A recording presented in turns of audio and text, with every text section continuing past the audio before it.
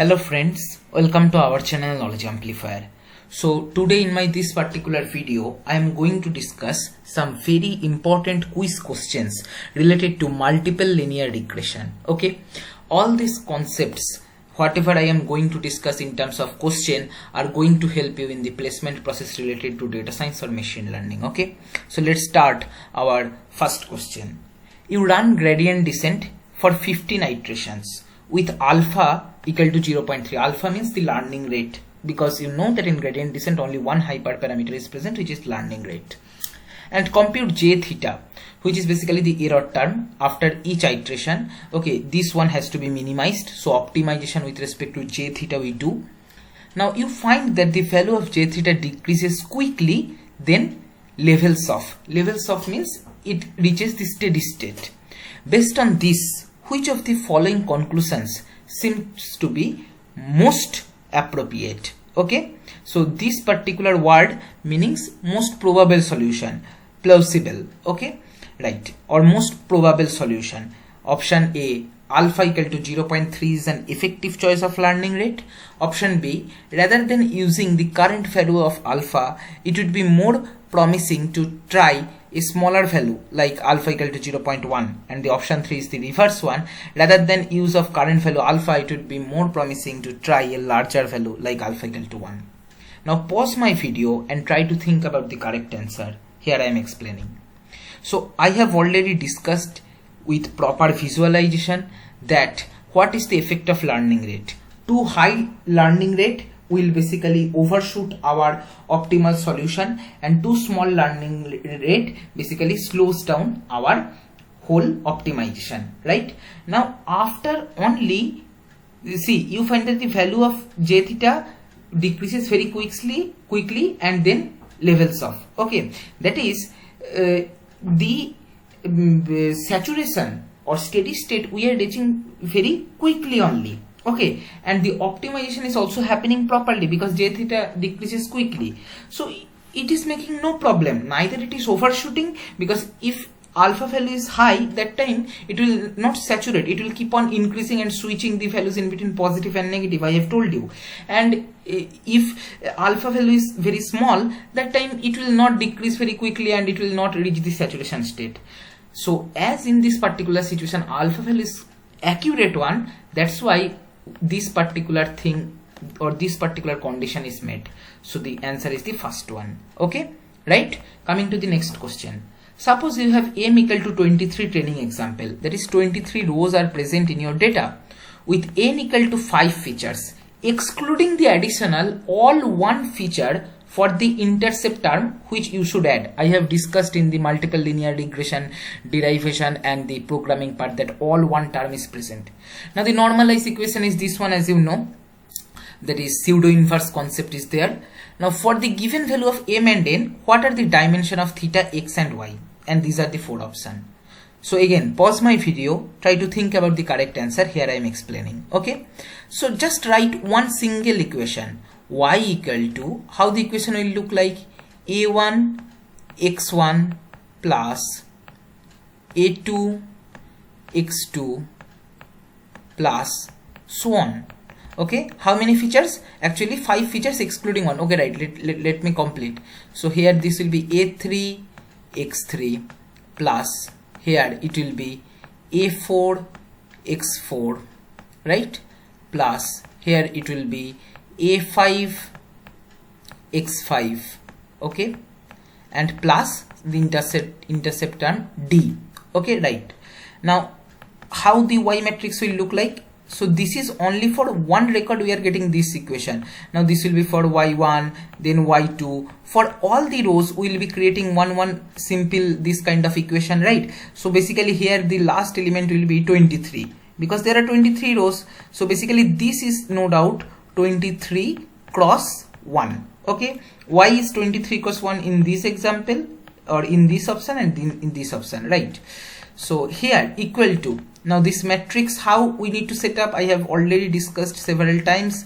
So here basically our coefficients will come a1, a2, a3, a4, okay, then a5 and D. Okay, this is A5, right? So this is one column we are getting, and the coefficient of x will come here, x1, x2, x3, x4, x5, and then here last column will be all one terms. Okay, and like this, how many rows will be there? 23 rows. So this matrix is 23 cross how much columns? 1 2 3 4 5 6 columns. And here this one is 1 2 3 4 5 6, so 6 cross 1. Okay, right? So this is the dimension. X is 23 cross 6, so this option, I guess, yes. See, this is the correct answer. X is 23 cross 6, y is 23 cross 1, theta is 6 cross 1. As simple as that. So if your theoretical understanding, the mathematical intuition part is clear, you can easily solve this kind of questions, right? And this detailed derivation I have already discussed. If you want to know, please go through the link given in the description box. Okay, right? So this is the correct answer. Now coming to the next question. Suppose you are having a data set with M, that is number of records as this one, okay, and number of features as this one. So very high dimensional data we are having for each example. Now you want to use multivariate linear regression to fit the parameters theta, that is coefficients of our linear regression, to our data. Should you prefer gradient descent or normal equation? So as you know that to solve any linear regression problem, we are having two options. Either use normal equation, which will always lead to the proper answer, and another one is gradient descent, which is basically one optimization kind of thing, but there is a problem that it might stuck in our local minima or local optimal solution as well. It might not reach to global one, right? I hope you know this. Now there are four options. So we should choose gradient descent, since x transpose x whole inverse, this term appears in the pseudo inverse computation in the normal equation, is very slow to compute the normal equation. Okay, so this is the first option. Option 2, the normal equation we should choose, since gradient descent might be unable to find the optimal theta. Option C, gradient descent, since it will always converge to optimal theta. And option D, the normal equation, since it provides an efficient way to directly find the solution. Now pause my video and try to think about the correct answer. Here I am explaining. Okay, so see, if you recall, there are major these two equations were there. This was for our gradient descent, where alpha was the learning rate, one hyperparameter. We need to adjust this properly, and this was our normal equation form. Now normal equation always gives us the correct solution. Then why we need to go to gradient descent, which might stuck in some local optimal solution as well? The reason is, see here, x transpose x whole inverse, this one computation is very expensive. You can understand easily. Suppose x, see here we are having this many rows and this many columns. Okay, for that matrix, if you want to compute this x transpose x whole inverse and then multiplication with again x transpose, you can understand how much this is difficult computation, how much arithmetic operation, arithmetic and multiplication operation, etc. will go in the back end. And that's why the gradient descent came, which is basically very simple computation. And one more thing, you can easily understand this if you have some background of cluster computing working experience, that this operation you can never compute in parallel processing environment. But if you want, you can easily do the parallel processing in this gradient descent. Okay, simple one, right? Not dependent that much. But how you can break this one in parallel processing environment? It is not at all possible, right? In different worker nodes, you cannot compute these values and then accumulate. But in gradient descent, you can simply apply divide and conquer, right?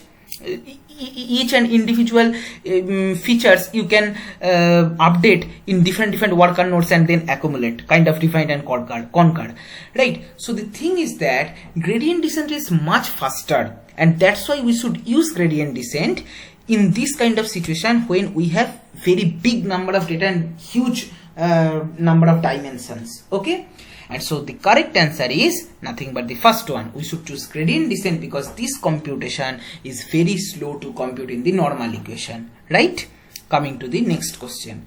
Which of the following are the reasons for using feature scaling? Option A, it speeds up the gradient descent by making it require fewer iterations to get good solution? Option B, it prevents the matrix X transpose X, which is used in the normal equation, from being non-invertible or singular or degenerate. Option C, it is necessary to prevent gradient descent to getting stuck in the local optima. And option D, it speeds up solving the theta for the normal equation. Okay, pause my video and try to think about the correct answer. Here I am explaining. So no doubt, obviously this option will go away and this option will go away. Why? Because I have told you normal equation has no relationship with feature scaling. Okay, right? Everything is related to gradient descent, right? I have discussed this. Now see, it is necessary to prevent gradient descent from getting stuck at local optima.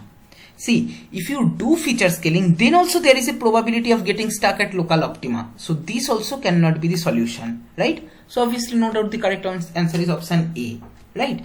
So it speeds up the gradient descent by making it require fewer iteration to get a good solution. And if you observe this equation, see what is the equation? If I just show you here, actually summation over yi minus of mxi plus c.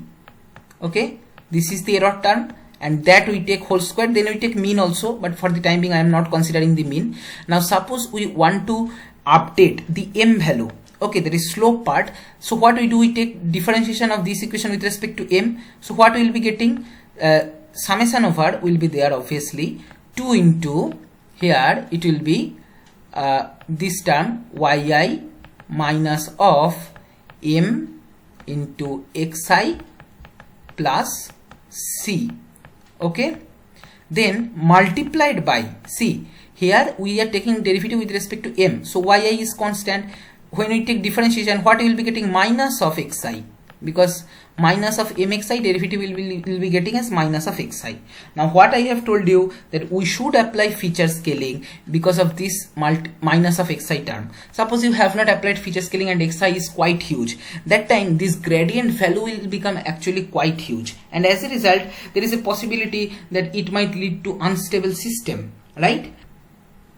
So this, due to this xi term, we should do feature scaling, because if we don't do feature scaling, that it might appear that due to very high value of my this input xi, this gradient, this overall term after multiplication of learning rate also will become very high, and as a result what might happen, the slope will be changed by a huge amount. Rather the situation was actually like this, that if we just do little bit change of the slope, we might reach the optimal solution. Okay, but due to not doing feature scaling, as the value is quite high, there is a huge change in slope and it might leading to unstable system, and it might oscillate and overshoot our optimal solution. Okay, so that's why we do feature scaling in gradient descent, so that with fewer iteration properly we can get the solution of the optimization, right? So the correct answer is option A.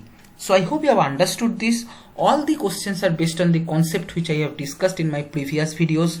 If you find this video helpful, then please like, share and comment. Subscribe my channel if you have not subscribed till now, and don't forget to press the bell icon to get the notification of my latest videos. Thank you.